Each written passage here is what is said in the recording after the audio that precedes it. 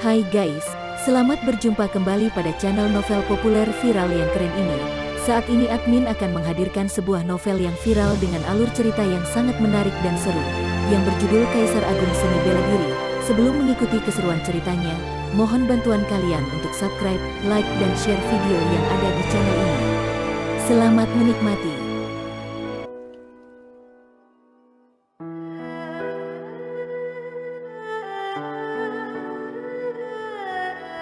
Kaisar Agung Seni Bela Diri, Bab 47, Kediaman Xiu berlokasi di dalam divisi non-inti Gerbang Kebebasan. Setiap murid non-inti memiliki tempat tinggalnya sendiri di sini. Setelah Xiu pulih sepenuhnya, dia tahu bahwa basis kultivasi Luliang belum dicabut dan tulang belikatnya tidak ditusuk. Tidak hanya itu, Luliang dibebaskan dari penjara dan masih berperan sebagai pelaksana divisi non-inti. Ini jelas bukan kabar baik bagi Xiu. Xiu mendapat kabar dari Meng Yao bahwa seorang tetua dari divisi inti turun tangan untuk melindungi Luliang. Gerbang Kebebasan dibagi menjadi divisi inti dan non-inti. Seorang tetua divisi inti memiliki status yang agung, dan bahkan lebih tinggi daripada kepala divisi non-inti. Luliang telah mencoba berkali-kali untuk membunuhku tetapi selalu gagal. Dia tidak akan melepaskanku begitu saja. Bagaimana dia bisa memiliki seorang tetua dari divisi inti sebagai pendukungnya, pikir Xiu. Setelah mempertimbangkan dengan baik, Xiu memutuskan untuk bersikap rendah hati selama beberapa waktu. Dia tahu jelas bahwa permusuhan antara dirinya dan Luliang tidak akan berakhir hingga salah satu dari mereka mati. Peringkat pertama dalam ujian masuk akan diberikan penghargaan 3 pil pemurnian energi. 1 pil pemurnian energi dapat membantu kultivator seni bela diri meningkatkan sedikit level di alam laut energi. Namun, pil semacam ini tidak bisa diminum terlalu sering.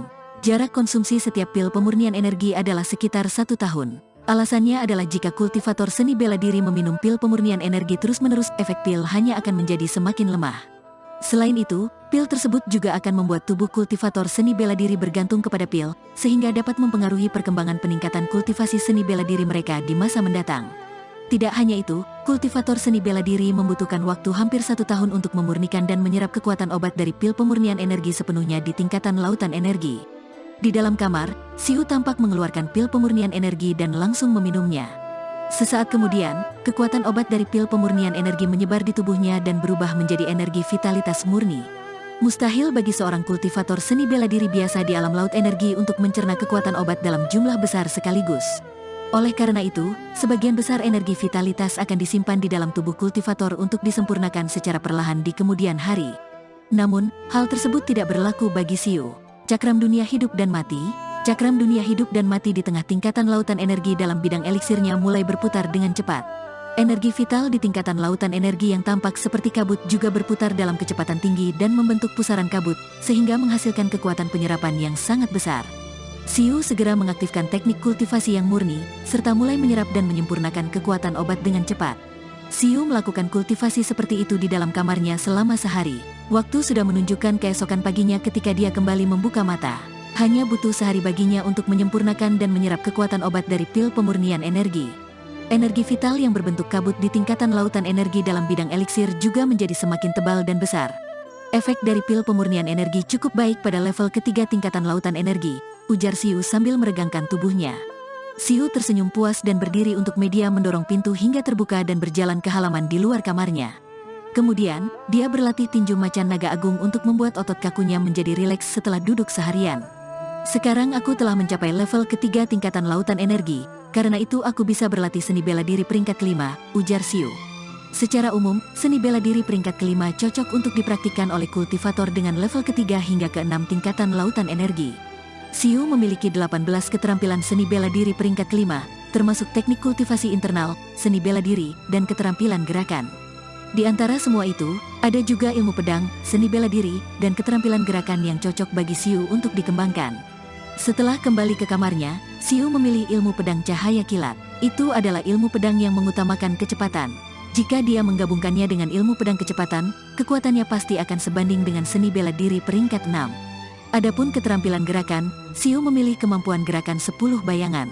Jika Xiu berhasil mencapai puncak level, dia bisa membentuk 1 bayangan, dan ketika dia mencapai alam sedang, dia bisa membentuk 3 bayangan. Ketika dia mencapai tingkatan kesempurnaan, dia bisa menggerakkan tubuh Fa dan menciptakan 10 bayangan, sehingga menyulitkan lawan untuk membedakan mana yang merupakan tubuh aslinya. Xiu, suara familiar terdengar dari luar ruangan, yang membuat Xiu tersenyum tanpa sadar. Siu segera berdiri dan membuka pintu setelah menyimpan buku panduan seni bela dirinya. Dia melihat Meng Yao yang sedang berdiri di luar dengan mengenakan gaun biru, serta menampakkan kulitnya yang putih dan penampilannya yang menawan. Siu tertegun dan tidak bisa mengalihkan pandangannya terhadap Meng Yao. Ditatap oleh Siu seperti itu, Meng Yao tersipu malu, tapi dia juga merasa senang di dalam hati. Meskipun hubungan antara keduanya belum mendapatkan resti, mereka tahu jelas isi hati satu sama lain. "Dasar nakal, apa sudah cukup memandangiku?" ujar Meng Yao dengan nada menggoda. Dia tidak tahu kenapa dia bisa jatuh cinta dengan pria yang baru berusia 14 tahun ini. "Cukup, aku ingin memandangimu seumur hidupku," ucap Siu dengan ekspresi serius. "Kamu hanya manis di mulut saja." Meng Yao memutar matanya ke arahnya, kemudian menambahkan, "Kamu memenangkan peringkat pertama dalam ujian masuk. Jadi, kamu bisa pergi ke pavilion kebebasan untuk memilih seni bela diri peringkat kelima. Ketika basis kultivasimu mencapai level ketiga tingkatan lautan energi, kamu bisa langsung melakukan kultivasi." Saat ini, Siu tidak menampakkan auranya sehingga Meng Yao tidak bisa mengetahui secara sekilas bahwa dia telah mencapai level ketiga tingkatan lautan energi. "Yah, aku akan pergi untuk melihat-lihat," ujar Siu sambil mengangguk. Dibandingkan dengan Chen, sang raja bela diri, gerbang kebebasan memiliki kekuatan yang terbesar di Kabupaten Naga Awan dan memiliki berbagai macam seni bela diri. Mungkin ada beberapa seni bela diri yang lebih baik daripada ilmu pedang cahaya kilat dan kemampuan gerakan 10 bayangan. Siu berjalan berdampingan dengan Meng Yao di sepanjang jalan divisi non-inti. Sepanjang jalan, terdapat sejumlah murid non-inti yang memandang Siu dengan tatapan dingin. Sebagai putri kepala divisi non-inti, Meng Yao memiliki identitas yang tidak biasa. Bagi kalangan anak muda di divisi non-inti, Meng Yao memiliki arti khusus dan biasa. Siu tidak peduli dengan permusuhan yang muncul dari kalangan murid non-inti. Jalan kultivasi seni bela diri sendiri harus melalui berbagai cobaan dan tantangan, dan dia tidak takut dengan tantangan apapun. Tidak lama kemudian, Siu dan Meng Yao tiba di pavilion kebebasan di mana terdapat berbagai koleksi seni bela diri. Pavilion kebebasan memiliki 2 lantai. Lantai pertama berisi seni bela diri peringkat 5, dan lantai 2 berisi seni bela diri peringkat 6. Jika seseorang ingin melakukan kultivasi seni bela diri level ke-7 yang lebih tinggi, dia harus menjadi murid inti dari divisi inti dan mendapatkan warisan. Seni bela diri peringkat ke-7 adalah warisan tertinggi gerbang kebebasan, jadi tidak mungkin untuk mengajarkannya melalui jalur biasa. Bahkan beberapa tetua dari divisi inti tidak memenuhi syarat untuk mempraktikkannya.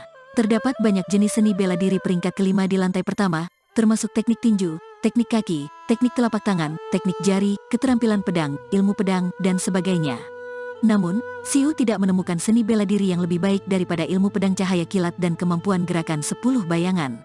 Setelah berkeliling selama beberapa saat, Siu tampak sedikit mengernyit. Jika dia tidak memilih seni bela diri peringkat kelima, lalu tiba-tiba mempraktikkan seni bela diri peringkat kelima yang bukan merupakan milik pavilion kebebasan. Bagaimana dia bisa menjelaskannya saat itu? Memikirkan hal ini, Siu memberitahu Meng Yao tentang apa yang terjadi di harta karun Raja Bela Diri. Adapun mengenai bahaya yang dialami, Siu tidak mengatakannya. Siu mempercayai Meng Yao, karena itulah dia memberitahunya. Meskipun kejadian yang dialami Siu tidak begitu berbahaya dan dia berhasil memperoleh sejumlah barang berharga dari harta karun milik Raja Bela Diri, Meng Yao tahu bahwa tidak ada peluang di dunia ini yang dapat diperoleh secara gratis. Semakin baik peluang yang didapatkan, semakin besar bahaya yang harus dihadapi. Namun, dia tidak menyangka bahwa Siu bisa mendapatkan harta karun dari Raja Bela Diri. Kekayaan dan sumber daya yang ada di dalamnya bahkan akan membuat para pemimpin teratas gerbang kebebasan tertarik. "Siu, kamu tidak perlu khawatir tentang hal ini. Banyak murid yang berlatih di luar sekte, dan terkadang mereka juga akan mendapatkan kesempatan untuk memperoleh warisan seni bela diri lainnya. Baik itu divisi inti maupun non-inti, tidak ada aturan tentang ini," jelas Meng Yao. "Jika kamu memiliki beberapa buku panduan sen bela diri yang tidak dibutuhkan, kamu bisa mengeluarkannya dan menyimpannya di pavilion kebebasan. Kamu bisa mendapatkan hadiah tertentu berdasarkan peringkat buku panduan seni bela diri yang kamu berikan." Meng Yao melanjutkan, "Seni bela diri peringkat kelima dapat ditukar dengan 3 pil pemurnian energi." 3 pil pemurnian energi? Tanya Siu sedikit kaget. Berdasarkan nilai yang dimiliki, 3 pil pemurnian energi tidak sebanding dengan seni bela diri peringkat kelima, tetapi tidak ada gunanya menyimpan seni bela diri yang tidak diperlukan. Menukarkannya dengan pil pemurnian energi merupakan keputusan yang bagus. Siu tidak menukarkannya dengan pil pemurnian energi sekarang. Dia telah menggunakan 1 pil, dan hanya ada 2 pil yang tersisa. Dia baru saja mencapai level ketiga tingkatan lautan energi, dan akan membutuhkan waktu untuk menstabilkan basis kultivasinya. Dia akan menukarkannya ketika dia membutuhkannya di kemudian hari. Setelah meninggalkan pavilion kebebasan, Siu kembali ke kediamannya.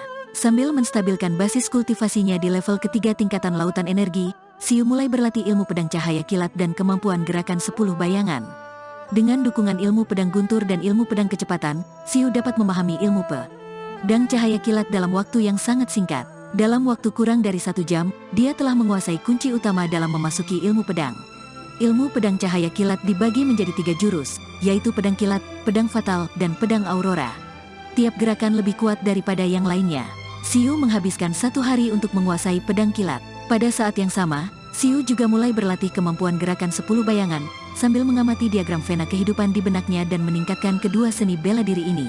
Adapun teknik kultivasi internal, meskipun teknik kultivasi yang murni berada di puncak level ketiga, efek sebenarnya sebanding dengan peringkat kelima. Teknik ini diklasifikasikan ke dalam peringkat ketiga karena tingkat kesulitan kultivasi yang tinggi. Ketika basis kultivasi Siu mencapai level ke-7 tingkatan lautan energi, dia dapat berlatih teknik kultivasi bawaan yang dapat dikombinasikan dengan teknik kultivasi yang murni.